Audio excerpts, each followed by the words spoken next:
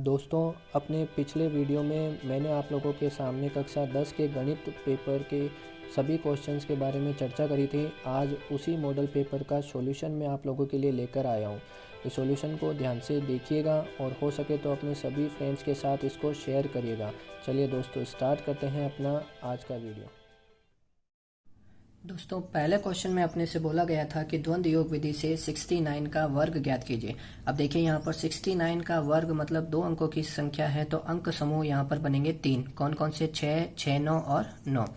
तो 69 का स्क्वायर अगर हम द्वंद्व योग विधि से करेंगे तो यहाँ पर 6 का स्क्वायर, एक आडी लाइन, यहाँ 2 गुणा इन दोनों का गुणनफल 6 गुणा 9 और यहाँ पर सबसे लास्ट वाले का स्क्वायर 9 का स्क्वायर। तो ये हो गया 6 का स्क्वायर 36, 2 गुणा 6 12 इंटू 9 108, 9 का स्क्वायर हो गया 81। तो अब दोस्तों द्वंद्व योग विधि यह कहती है कि प्रत्येक खंड में एक अंक होना चाहिए। तो 81 का एक यहाँ रखा, 8 आगे शिफ्ट हो गया, 108 प्लस 8 116 का 6 यहाँ रखा और 11 आगे शिफ्ट हो गया। तो 36 और 11 जुड़कर हो गया 4761। तो ये हो गया अपने पहले क्वेश्चन का आंसर। बात करते हैं दोस्तों दूसरे क्वेश्चन की। तो दूसरे क्वेश्चन में अपने को एक बीजीय समीकरण दिया गया था। उस समीकरण की खास बात यह थी कि दोनों पक्षों के अंश जो है वो समान थे, क्योंकि सभी के ऊपर एक एक लिखा हुआ था। अगर आपको क्वेश्चन ध्यान में होगा तो सब दोनों पक्षों के अंश समान है। तो हमने क्या करा, वाम पक्ष के हरों का योग करके देखा। वाम पक्ष के हरों का योग हमें मिल गया 2x माइनस 5 और दक्षिण पक्ष के हरों का योग करके देखा, वो भी कितना आया 2x माइनस 5। तो सूत्र शून्यम साम्य समुच्चय के अनुसार यदि दोनों पक्षों के अंश समान हो और वाम तथा दक्षिण पक्ष के अंशों का योग जो है वो भी समान हो तो उस योग को शून्य के इक्वल किया जा सकता है। यह सूत्र शून्य साम्य समुच्चय के अनुसार हम लोगों ने यहाँ पर x की वैल्यू निकाल ली। कितनी आ गई? 5/2। तो ये हो गया अपना दूसरा क्वेश्चन।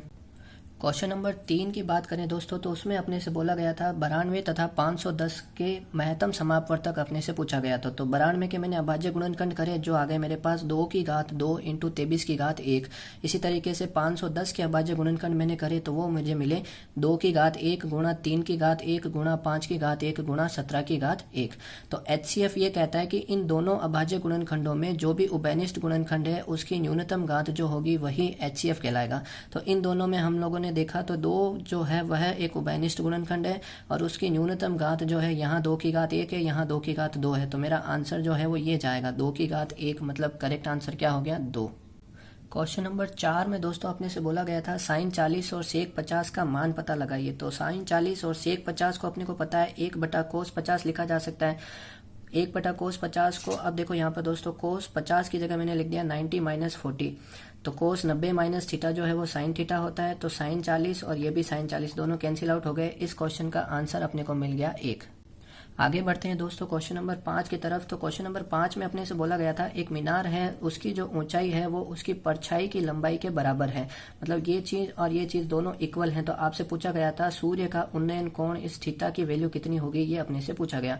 तो मीनार की ऊंचाई बराबर दी गई थी सवाल में परछाई की लंबाई।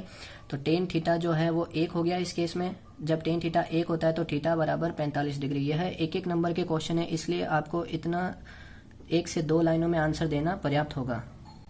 क्वेश्चन नंबर 6 दोस्तों बहुत ही आसान क्वेश्चन था। सेकंड की सुई के सिरे का बिंदुपथ जो होगा वो हमेशा एक वृत्त होता है। सीधा सा क्वेश्चन 1 नंबर का सवाल था। क्वेश्चन नंबर 7 की अगर बात करें तो दोस्तों क्वेश्चन नंबर 7 के अंदर आपको इस तरह का एक फिगर दिया गया था। क्वेश्चन के अंदर एक आकृति थी जिसमें त्रिभुज A, B और C था और यहाँ पर एक भुजा DE थी। बोला गया था कि DE जो है वो समांतर है BC के। तो आपको ये पता लगाना था कि इस EC की वैल्यू कितनी होगी। तो यहाँ पर देखिए दोस्तों अपने को पता है कि जब दो रेखाएं समांतर होती है तो आनुपातिकता प्रमेय के आधार पर मैं बोल सकता हूँ AD/DB, मतलब AD और DB में जो अनुपात होगा वही अनुपात AE और EC में होगा, क्योंकि ये दोनों रेखाएं समांतर हैं। तो इस तरीके से AD की वैल्यू मुझे सवाल में दे रखी थी 4, इसकी 6, 5/EC। तो यहाँ से मैंने EC की वैल्यू पता लगा ली, जो आंसर आया मेरे पास 7.5 सेंटीमीटर। क्वेश्चन नंबर 8 में दोस्तों अपने से बोला गया था कि एक पासे को फेंकने पर 4 से बड़ा अंक आने की प्रायिकता क्या होगी। हमें पता है प्रायिकता जो होती है वो अनुकूल स्थितियां बटा टोटल स्थितियां होती है। तो 4 से बड़ा अंक आने के लिए एक पासे में अनुकूल स्थितियां 2 होती है, क्योंकि एक पासे के अंदर 4 से बड़ा अंक केवल 2 ही होते हैं, या तो 5 आ सकता है या 6 आ सकता है। तो अनुकूल स्थितियां कितनी हो गई? 2। अब अनुकूल स्थितियां 2 है और पासे को फेंकने पर टोटल स्थितियां जो है वो 6 आ सकती है, क्योंकि एक पासे पर 6 अंक लिखे होते हैं। तो अनुकूल स्थितियां 2, कुल स्थितियां 6, तो 2/6। इस क्वेश्चन का आंसर हो गया 1/3। क्वेश्चन नंबर 9 में दोस्तों अपने से बोला गया था कि पहले किलोमीटर का किराया 9 रुपये था और अगले किलोमीटर का किराया 6 रुपये था। टोटल दूरी जो है उसने x किलोमीटर तय करी थी और कुल किराया जो है वो y रुपये होता है। तो इन चीज़ों को अपने को एक समीकरण के रूप में व्यक्त करना था। तो टोटल किराया y जो है वो पहले किलोमीटर का 9 रुपये होगा, तो 9 रुपये तो सीधा सीधा ये हुआ। फिर अगला जो किलोमीटर होगा, अब टोटल x किलोमीटर की दूरी उसने तय करी है, 1 किलोमीटर उसमें से कम हो गया क्योंकि उसके 9 रुपये हमने पहले ही ले लिए। तो अब जो दूरी बची है वो x माइनस 1 किलोमीटर की बची है और उस टोटल x माइनस 1 किलोमीटर पर प्रत्येक किलोमीटर पर किराया कितना लगने वाला है, 6 रुपये। तो इस तरीके से यह अपना कुल किराया होगा और कुल किराया को मैंने y के बराबर करा, तो यहाँ से y बराबर 9 इंटू 1 9, 6x माइनस 6, y बराबर 6x प्लस 3 हुआ। तो इसी को पक्षांतरण करके 6x माइनस वाई प्लस 3 बराबर 0, यह अभिष्ट समीकरण हमने यहाँ से प्राप्त किया। पहले पार्ट के लास्ट क्वेश्चन नंबर 10 के अंदर अपने से पूछा गया था कि पीयूसी को बढ़ावा देने के लिए क्या क्या कदम उठाए गए हैं। तो सीधा सा 1 नंबर का सवाल था, तो मैंने भी शॉर्ट में आंसर दिया है। पीयूसी को बढ़ावा देने के लिए सरकार ने एलपीजी और सीएनजी को पेट्रोल के स्थान पर प्रयोग करने की योजना शुरू की है, जिससे पीयूसी को बढ़ावा दिया जाएगा। क्वेश्चन नंबर 11 में दोस्तों अपने से एक ध्वजांक विधि से भाग के बारे में पूछा गया था। अब यहाँ से दोस्तों अपना खंड बी मतलब पार्ट बी स्टार्ट हो जाता है। ये सभी के सभी क्वेश्चन 2-2 नंबर के रहेंगे। तो यहाँ पर अपने को थोड़ा सा अच्छे से इस क्वेश्चन का आंसर समझाना होगा। सवाल में दिया गया था कि 5, 9, 2, 8, 3, 7 में भाग देना था 119 का। तो यहाँ पर ध्वजांक विधि से हमने उसको 3 खंडों में बांट लिया। अगर ध्वजांक 9 लिया है तो यहाँ पर एक अंक को इस तरफ रखेंगे, शेष सभी अंकों को मध्य खंड में लिखा जाएगा। यहाँ ठीक है, यहाँ पर मुख्यांक 11 हो गया। अब यहाँ पर पहला आपको स्टेप भी लिखने होंगे दोस्तों। पहले स्टेप में हमने क्या करा, 59 में इस 11 का भाग लगाया। तो 59 में 11 का भाग हमें पता है 5 बार जाता है, तो 55 हो गया। शेषफल बच गया कितना, 4। जब 5 बार भाग, जितनी बार भाग जाए उसको नीचे लिखते हैं। तो 5 बार भाग गया, 5 यहाँ लिखा और फिर शेषफल जो बचा 4 उसको ऊपर लिखा जाता है इन दोनों अंकों के बीच में। फिर अगली बार जब मैं करूँगा तो क्या होगा, नया भाज्य। अब मेरा ये 4 और 2 मिलके हो गया 42। इस 42 का जब मैं संशोधन करूंगा तो 5 इंटू 9, 42 में से 5 इंटू 9 45। जब माइनस होगा तो माइनस का 3 आता है और माइनस का 3 आने का मतलब है अपने यहाँ पर प्रक्रिया गलत हो गई। तो फिर मैं क्या करूँगा, इस 5 को यहाँ से कैंसिल कर दिया, इस 4 को यहाँ से कैंसिल कर दिया। यही भाग पुनः दूंगा, लेकिन लास्ट टाइम मैंने जब 5 बार दिया था उसकी जगह अब की बार में 4 ही बार दूंगा। तो 59 में 11 का भाग दोबारा लगाया, भागफल 4 ही लिया अब की बार, तो शेषफल 15 बच गया। अब भागफल 4 लिख दिया और शेषफल 15 यहाँ लिख दिया। अब देखो दोस्तों नया जो भाज्य है वो क्या बन गया, 152।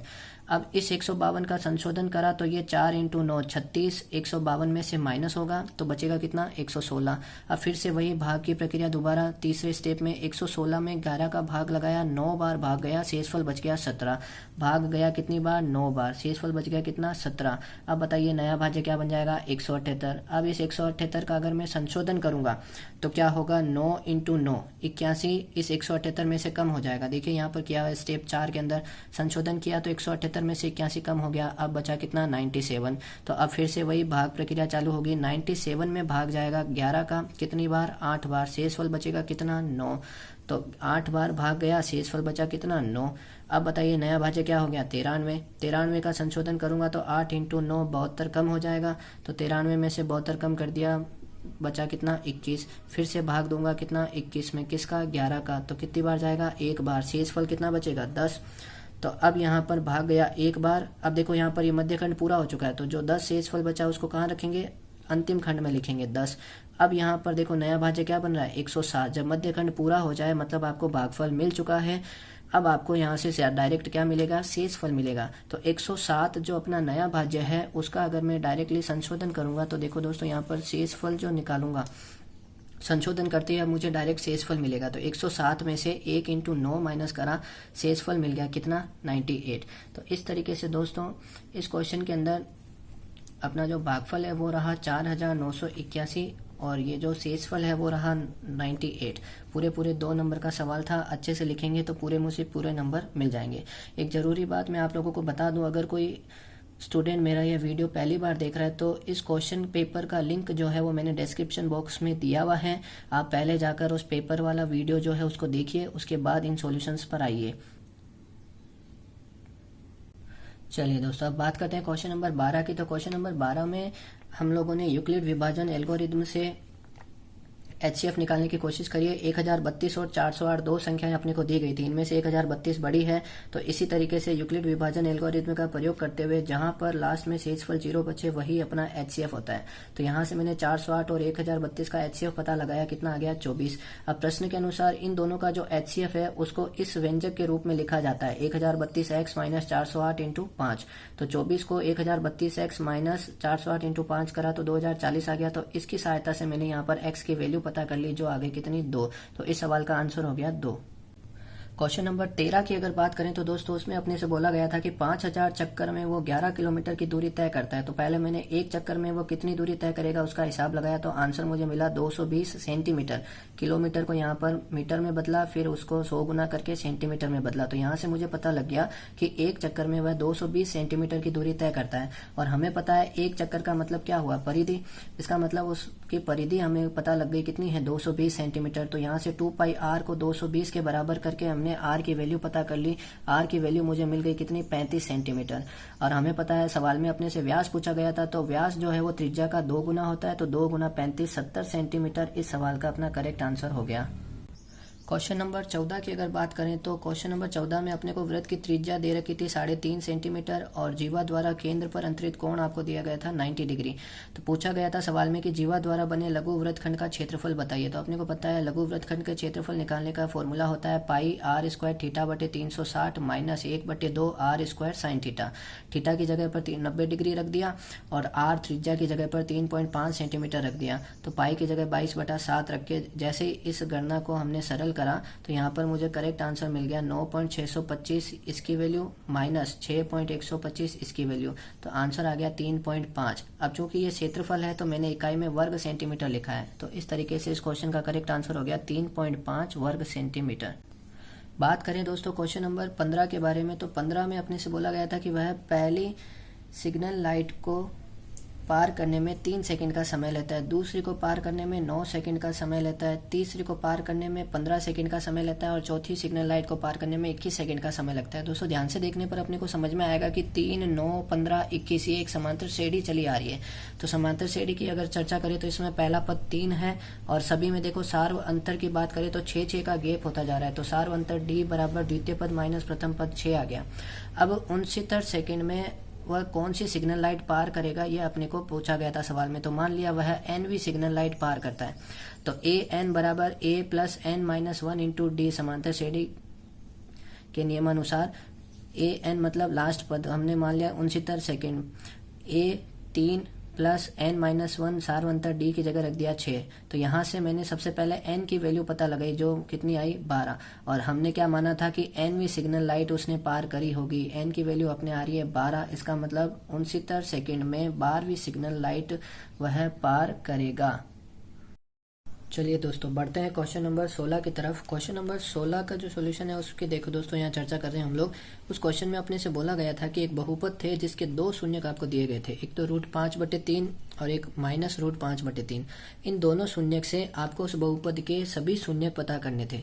बहुपद में अधिकतम घात 4 थी तो 2 शून्यक अपने को और निकालने थे। तो इन्हीं शून्यक की मदद से मैंने ये 2 गुणनखंड बनाए। पहला गुणनखंड कब बनेगा, जब √5/3 जो है वो शून्यक निकलेगा तो इसका एक गुणनखंड ये बनेगा। माइनस √5/3 एक शून्यक होगा तो इसका मतलब गुणनखंड ये होगा। अर्थात क्या हुआ कि ये दोनों के दोनों गुणनखंड जो है वो उस बहुपद के हैं। इन दोनों को सरल करा a minus B a plus B से, तो a square minus B square से यहाँ से मुझे ये पता लग गया कि उस बहुपद का एक गुणनखंड ये भी होगा 3x स्क्वायर माइनस 5। अब क्या करा कि a अगर गुणनखंड है तो गुणनखंड का उस बहुपद में भाग लगा दिया। भाग लगाने पर भागफल जो है वो x square plus 2x plus 1 आता है। x square plus 2x plus 1 आता है, जिससे क्या बना शेषफल अपना यहाँ पर 0 हो गया। और शेषफल अगर 0 हो गया तो इसका मतलब ये जो भागफल आया था ये भी उस बहुपद का एक गुणनखंड होगा। तो x square plus 2x plus 1 भी बहुपद का एक गुणनखंड होगा और x square plus 2x plus 1 को ही हम लोग x प्लस 1 का होल स्क्वायर कहते हैं। x प्लस 1 का होल स्क्वायर मतलब x प्लस 1 2 बार लिख दिया। अब ये जो बहुपद है उसके टोटल गुणनखंड कितने हो गए, एक तो 2 तो यहाँ से मिल गए x प्लस 1 और 2 हमने पहले देख लिए थे कि x माइनस √5/3 और x प्लस √5/3। तो अर्थात उस बहुपद के सभी शून्यकों की अगर बात करें तो एक हो गया -1 यहाँ से मिला, दूसरा यहाँ से मिला -1 और 2 शून्यक जो है वो अपने को सवाल में दिए गए थे। तो इस प्रकार हमने उस बहुपद के चारों शून्यक पता कर लिए। नेक्स्ट क्वेश्चन नंबर 17 की बात करें तो देखो दोस्तों, क्वेश्चन में अपने को पहला पद 7 दिया हुआ था और अंतिम पद 125 दिया हुआ था। टोटल पद 60 हैं, ये भी आपको सवाल में दिया गया था। तो सवाल के अनुसार ये समांतर श्रेणी थी, तो हमने लिख लिया A N equal to A plus N minus one into D. अंतिम पद 125, पहला पद 7, एन की जगह 60 रखा और सारवंतर डी हमने यहाँ से पता लगा लिया, जो कितना आ गया 2। अब सारवंतर डी अगर 2 है, अपने से पूछा गया था सवाल में कि 32वां पद क्या होगा, तो अब की बार एन की जगह 32 रख दिया, तो 7 प्लस एन की जगह 32 माइनस 1 इंटू डी की जगह 2 रखा। तो इसको जैसे मैंने सरल करा तो 32वां पद मुझे मिल गया कितना 69। तो उस समांतर श्रेणी का 32वां पद कितना हो जाएगा 69। बात करते हैं क्वेश्चन नंबर 18 की। दोस्तों अगर वीडियो आपको अच्छा लग रहा हो तो इसे वीडियो को लाइक करना ना भूलिएगा। क्वेश्चन नंबर 18 में अपने से बोला गया था कि एक टापू था, टापू के दोनों नदी के दोनों सिरों से देखने पर एक उस ऊंचे पेड़ का उन्नयन कोण पी से देखने पर 30 डिग्री था और क्यू से देखने पर 45 डिग्री था। अपने को इस सवाल में पूछा गया था कि इस पेड़ की ऊंचाई कितनी है, एच अपने से पूछा गया था। तो टोटल एक डायग्राम उसी हिसाब से हमने बना लिया। पी क्यू बराबर 100 मीटर है और एंगल ये वाला आर पी ओ जो है वो 30 डिग्री है और आर क्यू ओ जो है वो 45 डिग्री है।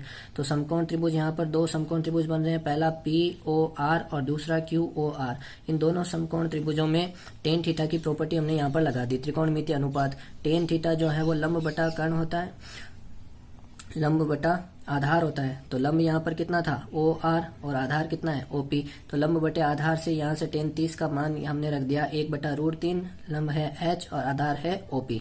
इसी तरह से इस वाले समकोण त्रिभुज की अगर बात करें तो टेन 45 बराबर ये ओ आर एच बटे ओ क्यू। तो एक टेन 45 का मान 1 हुआ, 1 बराबर एच बटे ओ क्यू। इधर से 1/√3 बराबर एच बटा ओ पी। तो यहाँ से ओ पी का मान जो है वो मैंने पता लगाया h√3 आ गया और इधर से ओ क्यू का मान है वो पता लगाया h आ गया। अब ये जो पूरी पी क्यू है ये P O plus O Q है, तो उसी को यहाँ पर यूज करा। पी क्यू जो है वो P O plus O Q है। पी क्यू अपने को दे रखा है कि नदी की चौड़ाई 100 मीटर थी, तो 100 बराबर ओ पी की वैल्यू हमने अभी अभी निकाली है h√3। ओ क्यू की वैल्यू हमने अभी अभी निकाली है h। तो h√3 प्लस h करा तो h कॉमन आ गया, √3 प्लस 1। h बराबर इस 100 का यहाँ पर डिवाइड हो गया, तो h बराबर 100 बटे √3 प्लस 1। रेशनलाइजेशन परिमयकरण करा तो विपरीत चिन्ह से ऊपर नीचे गुणा करा दिया, √3 माइनस 1 √3 माइनस 1। इसको जैसे ही हमने सरल करा तो यहाँ से मुझे h की वैल्यू मिल गई 36.6 मीटर। तो इस सवाल का अपना आंसर हो गया 36.6 मीटर। दोस्तों अगर आपने मेरे इस मॉडल पेपर 1 का क्वेश्चन वाला वीडियो अगर अभी तक नहीं देखा है तो डिस्क्रिप्शन बॉक्स में लिंक दिया हुआ है, प्लीज़ उस लिंक पर जाइए और उस पेपर को पहले देखिए, उसके बाद इन सॉल्यूशंस को बनाने की कोशिश कीजिए। क्वेश्चन नंबर 19 में दोस्तों अपने को एक त्रिभुज ए बी सी के अंदर माध्यिकाएं ए डी बी ई और सी एफ दे रखी थी, जो तीनों माध्यिकाएं केंद्रक जी पर प्रतिच्छेद करती है। अपने से क्वेश्चन में पूछा गया था कि सिद्ध कीजिए कि A D plus B E जो है वो ग्रेटर देन होगा 3/2 ए बी के। तो यहाँ पर देखने पर दोस्तों ये जो ए डी है, पहले तो इसको सोल्व करते हैं। एडी को मैं क्या लिख सकता हूँ ए जी प्लस जी डी। एडी को क्या लिखा जा सकता है ए जी प्लस जी डी। तो दोनों तरफ ए जी से भाग अगर मैंने दिया तो ए डी बटा ए जी बटा ए जी और जी डी बटा ए जी। अब ए जी बटा ए जी तो 1 हो गया और जी डी बटा ए जी जो है जी डी बटा ए जी। अपने को पता है केंद्रक जो है वो माध्यिका को 1:2 में बांटता है, तो इधर 1 हिस्सा रहेगा, इधर 2 हिस्सा रहेगा। तो यहाँ पर ये हो गया एजी और जीडी का अनुपात 2:1 है, तो जीडी और एजी का 1/2 हो गया। इसी तरीके से यहाँ पर हमने एडी की वैल्यू पता कर ली।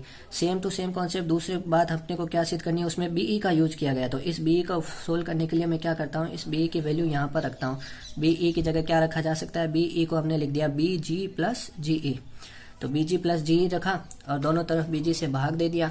तो बीजी से भाग अगर मैं दूंगा तो यहाँ पर देखो दोस्तों ये इस तरीके से BE upon BG, BG upon BG और जीई अपॉन बीजी। फिर से वही बीजी अपॉन बीजी 1 हो गया। यहाँ पर भी वही केंद्रक माध्यिका का कॉन्सेप्ट लगा, अनुपात 1/2 बन गया। अब यहाँ पर फायदा क्या हुआ, बीई की वैल्यू भी मुझे मिल गई। तो जो अपने से सिद्ध करने के लिए बोला गया था उसके अंदर देखो दोस्तों यहाँ पर ये एडी प्लस बीई था, इन दोनों की वैल्यू मैंने पता कर ली। तो एडी प्लस बीई की वैल्यू मैंने पता कर ली, तो एडी प्लस बीई हमने ऐड करके देखा तो ये कितना आता है 3/2 एजी प्लस। परंतु त्रिभुज ए जी बी में ए जी प्लस बी जी जो है वो ए बी से बड़ा है। यहाँ पर देखिए दोस्तों ये ए जी प्लस बी जी जो है वो इस ए बी से बड़ा होता है, ये प्रमेय हम लोगों ने पढ़ा हुआ है। तो इसी तरीके से मैं इस पूरे समीकरण को 3/2 से दोनों तरफ गुणा कर देता हूँ। तो 3/2 ए जी प्लस बी जी जो है वो 3/2 ए बी से बड़ा हो गया। समीकरण 3 हमने अभी अभी प्राप्त किया था कि 3/2 ए जी प्लस बी जी जो है वो A D plus B E के बराबर है। तो इस तरीके से हमने यहाँ पर सिद्ध कर दिया कि A D plus B E जो है वो 3/2 ए बी से बड़ा होगा। नेक्स्ट क्वेश्चन नंबर 20 में दोस्तों अपने को ये आकृति दी गई थी। इस आकृति में अपने से बोला गया है कि ए बी जो है वो परपेंडिकुलर है बी सी के, और ये डी सी जो है वो भी परपेंडिकुलर है बी सी के, और डी ई जो है वो परपेंडिकुलर है ए सी के। अपने को ये सिद्ध करना था कि ये दोनों त्रिभुज जो है वो आपस में समरूप होंगे। तो उपपत्ति के अंदर हमने यहाँ लिखा है कि त्रिभुज ए बी सी के अंदर कोण बी ए सी प्लस कोण बी सी ए, मतलब ये वाला कोण और ये वाला कोण, इन दोनों कोणों का योग 90 होगा, क्योंकि अगर ये 90 डिग्री है, त्रिभुज के तीनों कोणों का योग 180 होता है, उसी हिसाब से शेष दोनों कोणों का योग भी 90 होगा। तो यहाँ से मुझे ये पता लग गया कि कोण बी ए सी जो है वो कोण ई सी डी के बराबर है, पहली बात। फिर हमने क्या करा कि इन दोनों त्रिभुज को यहाँ पर समरूप सिद्ध कर दिया। जैसे ही दोनों त्रिभुज समरूप सिद्ध हुए, क्योंकि दो कोण बराबर हो गए, तो कोण कोण सर्वांग समता से हमने यहाँ पर ये दोनों के दोनों त्रिभुज समरूप सिद्ध कर दिए। तो ये इस क्वेश्चन का आंसर हो गया। क्वेश्चन नंबर 21 की अगर बात करें तो अपने को एक आकृति दी गई थी। इसके अंदर कोण ए डी सी जो है इसकी वैल्यू 130 डिग्री अपने को सवाल में दी गई थी। तो आपसे अपने से पूछा गया था सवाल के अंदर कि कोण ए डी सी अगर 130 डिग्री है तो कोण सी बी ई का मान ज्ञात कीजिए। सी बी ई मतलब ये पूरा कंप्लीट कोण, कोण 1 प्लस कोण 2 दोनों मिलाकर कितना होगा। तो इसके लिए सवाल में दिया गया था कि जीवा बी सी जो है वो जीवा बी ई के बराबर है। पहली बात, ये दोनों भुजाएं बराबर हुई इस त्रिभुज की। तो ए बी सी डी यहाँ पर चक्रीय चतुर्भुज का कॉन्सेप्ट काम में ले लिया, क्योंकि ऐसा चतुर्भुज जिसके चारों के चारों शीर्ष वृत्त की परिधि पर स्थित होते हैं उसे चक्रीय चतुर्भुज बोला जाता है। तो ए बी सी डी अगर एक चक्रीय चतुर्भुज है तो कोण बी प्लस कोण डी 180 डिग्री होगा। सम्मुख कोण संपूरक होते हैं, तो 180 डिग्री हुआ। वहां से कोण एक जो है, मतलब ये वाला जो कोण है, इसकी वैल्यू मुझे पता लग गई कितनी है, 50 डिग्री है। फिर क्या करा, दोनों त्रिभुज ले लिए सी ओ बी और त्रिभुज ई ओ बी। इन दोनों त्रिभुज को हमने यहाँ पर सर्वांग सम सिद्ध कर दिया। यदि ये दोनों के दोनों त्रिभुज सर्वांग सम होंगे तो उनके संगत कोण भी बराबर होंगे। त्रिभुज सी ओ बी और ई ओ बी की यहाँ पर मैं बात कर रहा हूँ। तो बी सी बराबर बी ई अपने को सवाल में दिया हुआ था। ओ बी उभयनिष्ठ भुजा हो गई। ओ सी बराबर ओ ई, क्यों? क्योंकि केंद्र से जीवा पर डाला गया लंब जीवा को समद्विभाजित करता है। तो यहाँ से ओ सी और ओ ई भी बराबर हो गए। तो भुजा नियम से ये दोनों के दोनों त्रिभुज सर्वांगसम सिद्ध हो गए। और यदि दोनों त्रिभुज सर्वांगसम है तो उनके संगत कोण भी बराबर होंगे। इस वजह से कोण सी बी ओ बराबर हो गया ई बी ओ के। कोण 1 और 2 दोनों बराबर हैं, और कोण 1 की वैल्यू हमने अभी पता करी थी कि 50 डिग्री है। तो इस वजह से पूरा कोण सी बी ई कोण 1 प्लस 2 मिलाकर के कितना डिग्री हो गया, 100 डिग्री। ये अपने इस सवाल का आंसर हो गया। आगे बढ़ते हैं दोस्तों क्वेश्चन नंबर 22 की तरफ। क्वेश्चन नंबर 22 में अपने से एक उभयनिष्ठ अनुस्पर्श रेखा की रचना पूछी गई थी। दो वृत्त आपको दिए गए थे अलग अलग त्रिज्या के, एक 3 सेंटीमीटर का, एक 4 सेंटीमीटर का, और दोनों के केंद्रों के बीच की दूरी आपको 8 सेंटीमीटर सवाल में दी गई थी।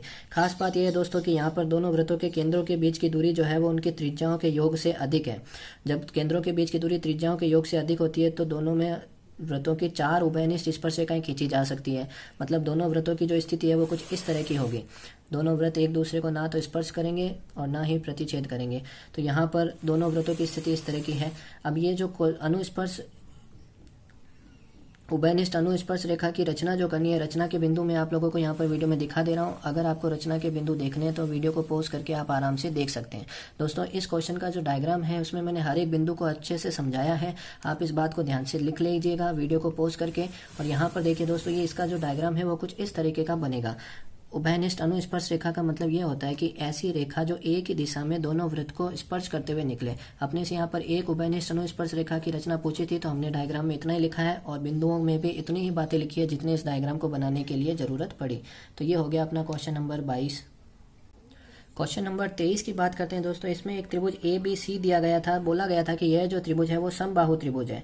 समबाहु त्रिभुज है जिसकी प्रत्येक भुजा, यहाँ पर यह भुजा आपको दी गई थी 20 सेंटीमीटर है, और यहाँ पर ये जो त्रिज्या के चाप काटे गए हैं उनकी लंबाई भी आपको दे रखी थी 10-10 सेंटीमीटर की है। अपने को पता लगाना था कि इस छायांकित भाग का क्षेत्रफल कितना होगा। इस छायांकित भाग को क्षेत्रफल निकालने के लिए ध्यान से देखिए दोस्तों, पहले इस पूरे समबाहु त्रिभुज का क्षेत्रफल निकालना होगा। उसमें से त्रिज्यखंड 1, 2 और 3 तीनों त्रिज्यखंडों का क्षेत्रफल माइनस कर दूंगा तो बचा हुआ एरिया वही होगा जो मुझसे क्वेश्चन में पूछा गया है। तो इसी बात को हमने यहाँ पर अप्लाई कर दिया कि सबसे पहले समबाहु त्रिभुज का क्षेत्रफल निकाला जो होता है √3/4 भुजा स्क्वायर। भुजा अपने को 20 दे रखी थी तो यहाँ से पता लग गया कि समबाहु त्रिभुज का क्षेत्रफल 173 सेंटीमीटर स्क्वायर है। अब फिर दूसरी बात, त्रिज्यखंडों का क्षेत्रफल पता लगाया। तो एक त्रिज्यखंड का क्षेत्रफल पाई आर स्क्वायर थीटा बटे 360 होता है। 3 का निकालना है, तो तीनों त्रिज्यखंड समान है, इस वजह से 3 गुना कर दिया। तो 3 इंटू पाई की जगह 3.14, आर त्रिज्या की जगह 10 सेंटीमीटर, और थीटा समबाहु त्रिभुज का प्रत्येक कोण 60 डिग्री होता है, उसी हिसाब से थीटा यहाँ पर 60 लिया गया है। छायांकित भाग का क्षेत्रफल अगर अपने से पूछे तो वो होता है समबाहु त्रिभुज का क्षेत्रफल माइनस तीनों त्रिज्यखंडों का क्षेत्रफल। यहाँ से तीनों त्रिज्यखंडों का क्षेत्रफल हमने निकाला 157 सेंटीमीटर स्क्वायर, तो 173 में से 157 माइनस कर दिया, 16 सेंटीमीटर स्क्वायर अपने इस क्वेश्चन का आंसर हो गया। दोस्तों अगर वीडियो पसंद आ रहा हो तो वीडियो को लाइक करना ना भूलिएगा, और जितना हो सके अपने फ्रेंड्स के साथ इस वीडियो को शेयर कीजिएगा, ताकि इस वीडियो का सॉल्यूशन सभी स्टूडेंट्स तक पहुँच सके। चलिए बढ़ते हैं क्वेश्चन नंबर 24 की तरफ। दोस्तों क्वेश्चन नंबर 24 में अपने को संदूक की बाहरी लंबाई दे रखी थी 146, चौड़ाई और ऊंचाई तीनों चीज़ें दे रखी थी सवाल में, और साथ ही साथ उस संदूक की मोटाई भी दी गई थी 3 सेंटीमीटर। तो अब यदि संदूक 3 सेंटीमीटर मोटा है तो जब आंतरिक लंबाई की बात करूंगा तो 3 इधर टोटल 6 उसमें कम हो जाएगी लंबाई। तो आंतरिक लंबाई मुझे मिल गई 140 सेंटीमीटर। इसी तरीके से चौड़ाई की जब बात करूंगा तो उसमें भी 3 इधर से कम हो जाएगा, 3 उधर से कम हो जाएगा, तो 6 सेंटीमीटर टोटल कम हो गया, 110 सेंटीमीटर आंतरिक चौड़ाई हो गई। लेकिन दोस्तों ध्यान देना, ऊंचाई की जब बात होगी तो संदूक का ढक्कन नहीं है, बगैर ढक्कन का संदूक था, इस वजह से ऊंचाई के समय केवल 3 ही माइनस होगा, तो ऊंचाई कितनी रहेगी 80 सेंटीमीटर। यहाँ पर मैंने इस बात को लिख दिया अच्छे से कि बक्सा बगैर ढक्कन का है, इसलिए ऊंचाई आंतरिक के लिए 6 के स्थान पर 3 ही कम किया है हम लोगों ने। तो अब संदूक के अंदर की चारों दीवारें और एक फर्श बच गया, वहां पर पेंट करने का खर्चा अपने को सवाल में पूछा गया था। तो पहले चारों दीवारों का क्षेत्रफल निकाला, 2 गुना ऊंचाई लंबाई प्लस चौड़ाई। ऊंचाई लंबाई और चौड़ाई सब हमने कैलकुलेट कर ली। ये ध्यान रखना दोस्तों, सब आंतरिक ऊंचाई, आंतरिक लंबाई और आंतरिक चौड़ाई है। तो इस तरीके से मुझे संदूक के अंदर की चारों दीवारों का क्षेत्रफल पता मिल गया, कितना 40,000 वर्ग सेंटीमीटर। अब बचा केवल फर्श का क्षेत्रफल। फर्श संदूक है तो आयताकार फर्श होगा, लंबाई गुणा चौड़ाई से हमने यहाँ पर फर्श का क्षेत्रफल कैलकुलेट किया। तो फर्श का क्षेत्रफल लंबाई गुणा चौड़ाई 140, 110, 15,400 सेंटीमीटर स्क्वायर फर्श का क्षेत्रफल। अब पेंट करने योग्य कुल क्षेत्रफल कितना हुआ, चारों दीवारों प्लस फर्श का क्षेत्रफल, टोटल क्षेत्रफल है 55,400 सेंटीमीटर स्क्वायर। अब प्रश्न में दिया गया था कि प्रत्येक 1000 वर्ग सेंटीमीटर पर खर्चा आता है 2 रुपए का। तो मेरे पास टोटल पेंट करने योग्य एरिया कितना है 55,400 सेंटीमीटर स्क्वायर, तो उस पर खर्चा कितना आएगा 2/1000 इंटू 55,400। जैसे ही इसको सरल करेंगे तो 110.8 रुपये, मतलब 110 रुपये 80 पैसे का टोटल खर्चा आएगा। ये हुआ अपना क्वेश्चन नंबर 24।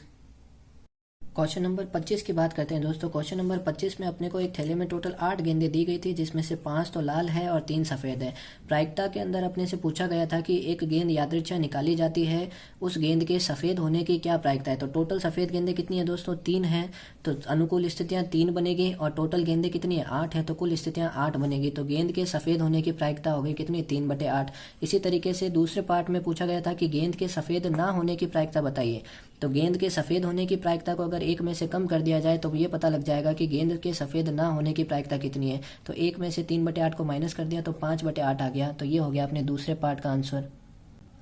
क्वेश्चन नंबर 26 जो है वो ग्राफ पर आधारित क्वेश्चन था दोस्तों।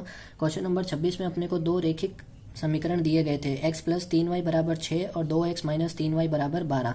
मैंने इन दोनों रेखिक समीकरणों को सरल करके एक x और y की सारणी बना ली। इस सारणी के मान कैसे आए वो मैंने यहाँ पर आपको समझा दिया। x = 0 रखने पर क्या मान आया, y = 0 रखने पर क्या मान आया। दोस्तों जब भी 2 रेखिक समीकरणों को सरल करना होता है तो ये छोटा सा कॉन्सेप्ट है कि एक बार किसी एक चर को 0 कर दो, एक बार दूसरे चर को 0 कर दो, तो आपको 2 वैल्यूज मिल जाती है। अगर 2 बिंदु पता है तो एक रेखा को आसानी से खींचा जा सकता है, क्योंकि एक रेखा को खींचने के लिए कम से कम 2 बिंदु अपने को चाहिए होते हैं। ठीक है, तो इस तरीके से हमने ये x और y टेबल दोनों समीकरणों से प्राप्त कर ली।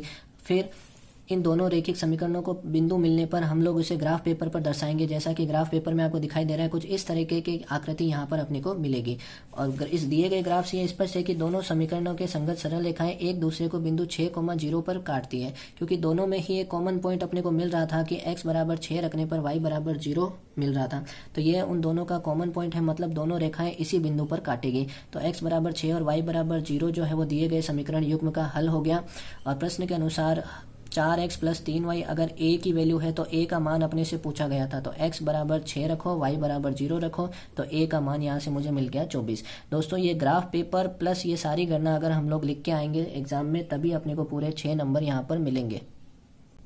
प्रश्न संख्या 27 में आंतरिक विकल्प वाला क्वेश्चन है। तो मैंने आपको अथवा और ऊपर वाली चॉइस और नीचे वाली दोनों क्वेश्चन करवा दिए हैं। क्वेश्चन नंबर 27 का पहला जो पार्ट है उसमें त्रिकोणमिति का एक सवाल था कि cot A plus cosec A minus 1 बटा cot A minus cosec A plus 1 बराबर 1 प्लस कोस ए बटा साइन ए होता है, ये अपने को सिद्ध करना था। तो लेफ्ट हैंड साइड को मैंने यहाँ पर लिया सबसे पहले कोट ए प्लस कोसेक ए। इस 1 की जगह दोस्तों मैंने सबसे पहले एक सर्व समीका का यूज किया। Cosec square minus cot square जो है वो 1 होता है, तो इस 1 की जगह cosec square minus cot square रखा, बाकी सब कुछ सेम टू सेम। फिर क्या करा, इस ए स्क्वायर माइनस बी स्क्वायर को सरल करा, ए प्लस बी ए माइनस बी। तो यहाँ से और आगे बढ़े तो कोट ए प्लस कोसेक ए इसमें भी है, कोट ए प्लस कोसेक ए इसमें भी है, तो दोनों से कोट ए प्लस कोसेक ए को बाहर ले लिया कॉमन, तो यहाँ से बच गया 1 माइनस ये बाहर आ गया, तो ये बचा cosec A minus cot A. बाकी सब कुछ सेम चल रहा है। Cosec A plus cot A बराबर गुणा में है 1 माइनस कोसेक ए, माइनस को अंदर भेजा तो ये हो गया प्लस का कोट ए। तो cot A minus cosec A plus 1 बटा में ये सेम टू सेम चल रहा है। अब देखिए दोस्तों, ये 1 minus cosec A plus cot A और ये 1 minus cosec A plus cot A, ये दोनों के दोनों पद आपस में कैंसिल आउट हो गए क्योंकि सेम पद है। तो फाइनली बचा कितना, cosec A plus cot A, और कोसेक ए को 1 अपॉन साइन ए लिखा जा सकता है, कोट ए को कोस अपॉन साइन लिखा जा सकता है। तो यहाँ से मुझे मिल गया 1 प्लस कोस ए अपॉन साइन ए, यही RHS था। इसी तरीके से क्वेश्चन नंबर 27 के दूसरे पार्ट को भी हमने सोल्व किया। सबसे पहले वही LHS लिया 1 प्लस टेन स्क्वायर ए अपॉन 1 प्लस कोट स्क्वायर ए। अब हमने यहाँ पर दो सर्व समीकरण यूज ले ली, एक तो 1 plus tan square sec square होता है, दूसरी 1 plus cot square cosec square होता है। तो इस 1 प्लस टेन स्क्वायर की जगह सेक स्क्वायर रख दिया, 1 प्लस कोट स्क्वायर की जगह कोसेक स्क्वायर रख दिया। फिर सेक स्क्वायर ए अपन कोसेक स्क्वायर ए को इस तरीके से भी लिखा जा सकता है कि सेक ए अपन कोसेक ए का होल स्क्वायर।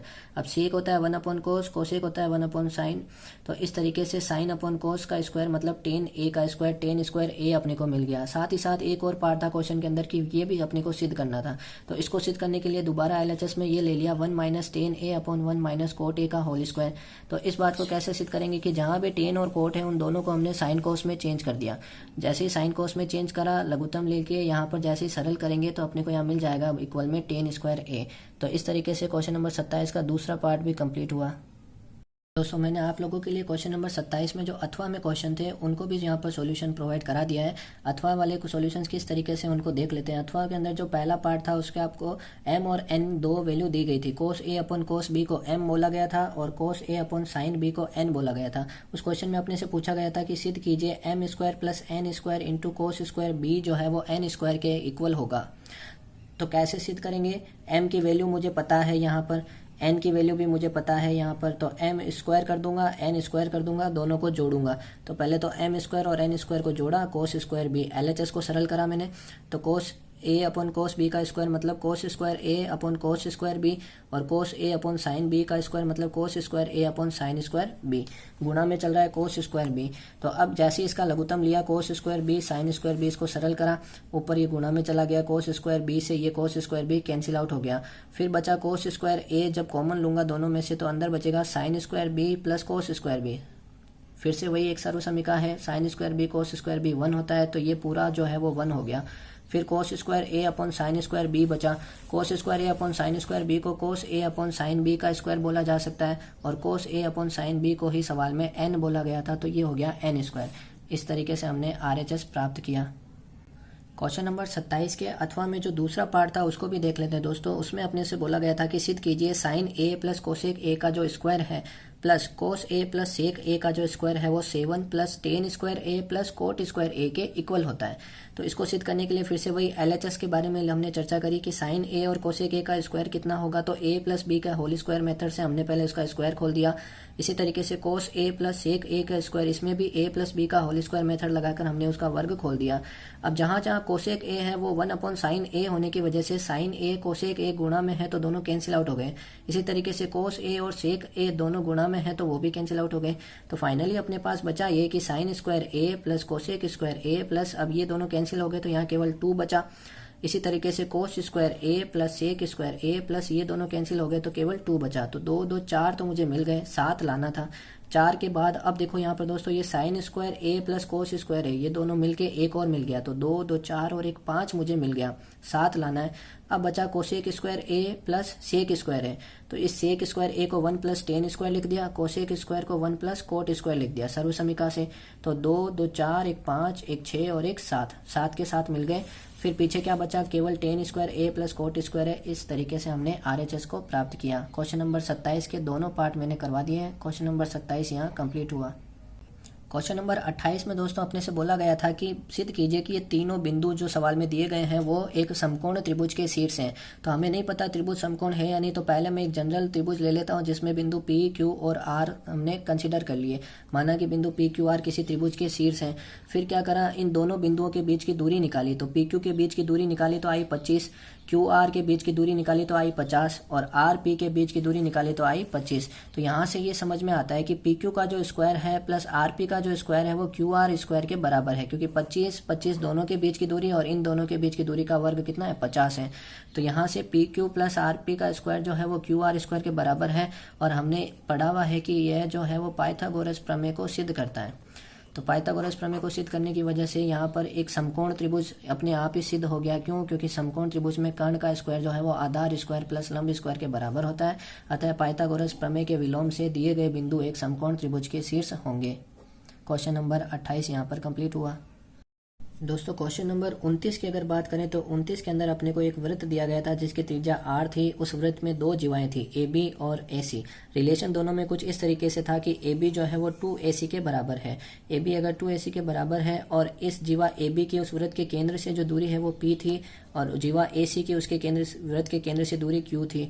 तो क्वेश्चन में अपने से पूछा गया था कि सिद्ध कीजिए कि 4Q स्क्वायर जो है वो बराबर होगा P square plus 3R square के। तो यहाँ पर उपपत्ति के रूप में हमने यहाँ पर क्या यूज लिया कि OL केंद्र से जीवा पर डाला गया लंब है। इसी तरह से OM जो है वो भी केंद्र से जीवा पर डाला गया लंब है। तो केंद्र से जीवा पर जो लंब डाला जाता है वो इस जीवा को दो समान भागों में समद्विभाजित करता है। यह प्रमेय अपने पढ़ा हुआ है। तो इसी का यूज करते हुए अब मैंने बोला कि AL जो है वो इस पूरे AB का आधा होगा। इसी तरीके से AM जो है वो उस पूरे AC का आधा होगा। तो यहाँ पर हमने दो त्रिभुज लिए, एक तो समकोण त्रिभुज लिया है ALO और दूसरा समकोण त्रिभुज लिया AMO। इन दोनों समकोण त्रिभुज में कर्ण स्क्वायर बराबर आधार स्क्वायर प्लस लंब स्क्वायर पाइथागोरस प्रमेय का यूज करते हुए यहाँ पर AL की जगह 1/2 AB रख दिया, बाकी सब कुछ सेम है। तो समीकरण 1 की वैल्यू यहाँ पर दोबारा रखते हुए AC स्क्वायर का मान हमने पता कर लिया, वो कितना आता है R square minus P square. AC square का मान पता कर लिया R square minus P square. इसी तरीके से दूसरे समकोण त्रिभुज AMO में भी पाइथागोरस प्रमेय का यूज करते हुए कर्ण स्क्वायर बराबर आधार स्क्वायर प्लस लंब स्क्वायर और आधार स्क्वायर जो है वो कर्ण स्क्वायर माइनस लंब square.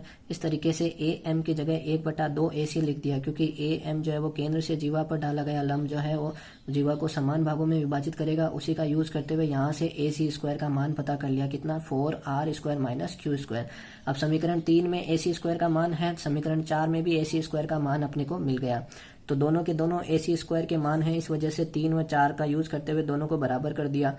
R square minus P square यहाँ से वो बराबर हो गया 4R square minus 4Q square से। तो इन दोनों का यूज करके 4Q स्क्वायर को थोड़ा सा इधर पक्षांतरण करा तो यहाँ पर मुझे मिल गया 4Q स्क्वायर बराबर P square plus 3R square. यही बात अपने से सिद्ध करने के लिए बोली गई थी क्वेश्चन नंबर 29 में।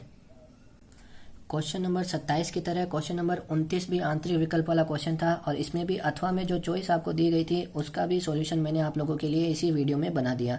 उस प्रश्न में अपने से ये पूछा गया था कि इस समद्विबाहु त्रिभुज की एक भुजा को अगर व्यास मानकर एक वृत्त बनाया जाए तो सिद्ध ये कीजिए कि ये जो वृत्त है वो उस असमान भुजा जो पीछे बची असमान भुजा है उसको दो समान भागों में समद्विभाजित करता है। तो चलिए लिखते हैं। देखो प्रश्नानुसार AB और AC जो है वो बराबर है, क्योंकि समद्विबाहु त्रिभुज है उसमें AB और AC दो भुजाएं बराबर होगी। तीसरी भुजा BC जो है वो असमान भुजा है। AC को व्यास मानकर एक वृत्त खींचा गया है। एक वृत्त जब खींचा जाएगा तो ये वृत्त जो है वो उस असमान भुजा को जिस बिंदु पर काटे उसको मैंने नाम दे दिया बिंदु D। A को D से मिला दिया। अब ये जो कोण ADC है, देखो दोस्त ध्यान से कि ये अर्धवृत्त पर बना कोण है। जब अर्धवृत्त पर बना कोण होगा तो वह कैसा होगा, समकोण होगा, ये हम लोग जानते हैं। अब दोनों त्रिभुज ABD और ACD, इन दोनों त्रिभुज को हमने यहाँ पर सर्वांगसम सिद्ध कर दिया। AB और AC बराबर है, AD उभयनिष्ठ हो गई, कोण ADB और ADC बराबर हो गए, दोनों कोण समकोण होने की वजह से। तो RHS नियम से ये दोनों के दोनों त्रिभुज कैसे हो गए, सर्वांगसम हो गए।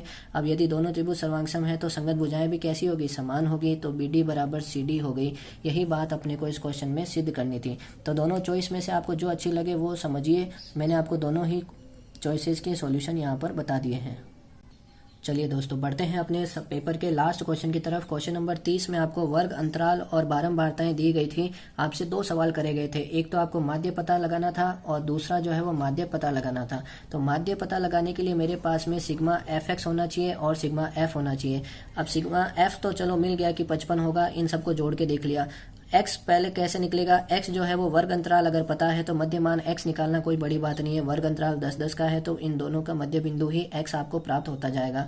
जब एक्स प्राप्त हो गया, एफ आपको सवाल में दिया हुआ है, तो इस तरीके से एक टेबल और बनाएंगे जिसमें एफ और एक्स का गुणनफल लिखा होगा। इन सब का गुणनफल यहाँ लिखा, फिर इन टोटल गुणनफलों को जोड़ के देखा तो आता है 1595।